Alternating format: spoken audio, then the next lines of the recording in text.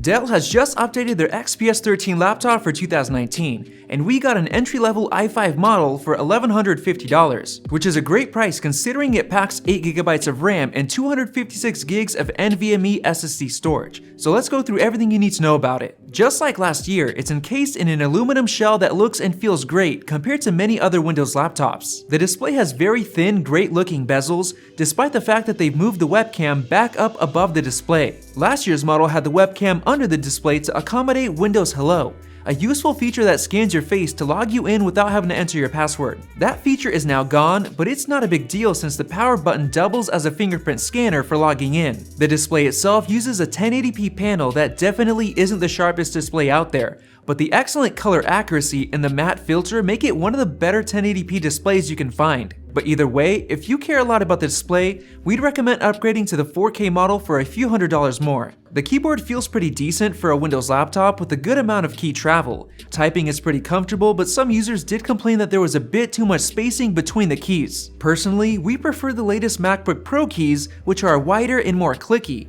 but most people prefer the Dell's. It also features backlighting with 2 brightness settings, so it's great for using at night. The build quality is really solid and doesn't flex like other cheaper Windows laptops do. One thing we can complain about is that there's no notch in the front to help open the laptop, so you kind of have to jam your fingernail in there to open it up. And the hinge itself is pretty stiff, so it's tough to open with one hand. The trackpad is also pretty good for a Windows laptop, but you definitely won't get the same experience as with one of the newer MacBooks, which feature the best trackpads in the business. But the XPS 13's trackpad is still above average. One thing that really stands out about the new XPS 13 is that it packs a total of 3 full-speed USB-C ports, with 2 of them supporting full-speed Thunderbolt 3. A lot of other Windows laptops only come with 1 full-speed Thunderbolt 3 port or 2 slower ones, so having 2 full-speed ports is impressive. It also packs a mini SD card slot, a headphone jack, and a neat little battery indicator that shows you your current battery life. One thing that still disappoints us year over year is the speaker quality. It sounds okay, but it definitely lacks volume and a wide range of frequency reproduction.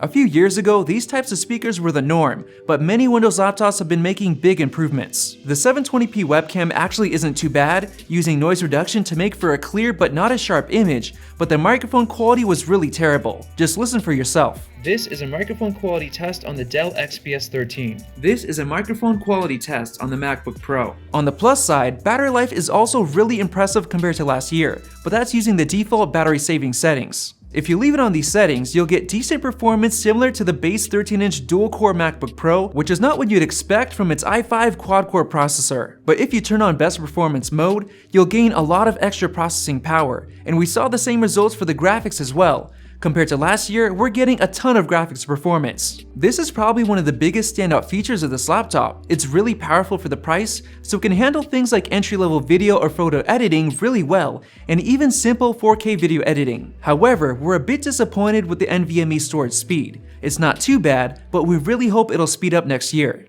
But either way, if you're someone who's looking for a good quality laptop with great performance for around the $1,000 range, the Dell XPS 13 is a good choice. It's a great laptop overall with only a couple of downsides that many regular users may not mind, and at a price of just $1,150, it's a really good value. But if you're someone who will be using this laptop in a bright environment or watching a lot of video content and music, you might want to look elsewhere. Huawei's MateBook X Pro would be a great alternative, but with everything that's been going on with Huawei recently, it's a tough sell. If you've got some extra cash, definitely look into the 4K model of the XPS 13, or maybe even one of the higher-end XPS 15 models, which packs dedicated graphics and 6-core processors. If you're also considering buying an Apple MacBook, you should definitely check out our comparison between the XPS 13 and the base 13-inch MacBook Pro right there. Make sure to smash that like button and click the circle above to subscribe. Thanks for watching, and we'll see you in the next video.